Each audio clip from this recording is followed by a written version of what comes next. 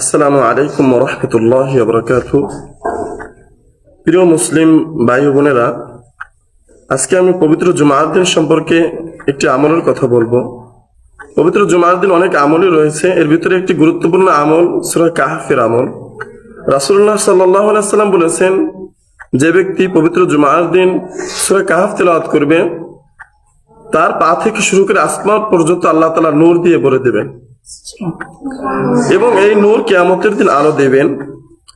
এবং যে ব্যক্তি সূরা কাহফ জুমার দিন তেলাওয়াত করবেন, আল্লাহ তাআলা বিগত জুমা থেকে শুরু করে এই জুমা পর্যন্ত তার সমস্ত গুনাহগুলোকে আল্লাহ তাআলা মাফ করে দেবেন।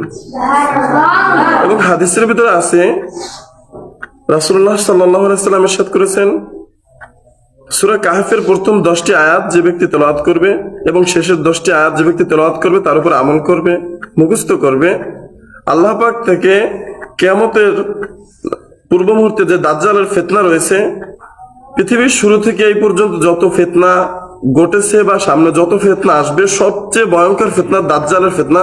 সেই দাজ্জালের ফিতনা থেকে আল্লাহ তাআলা তাকে হেফাজত করবেন।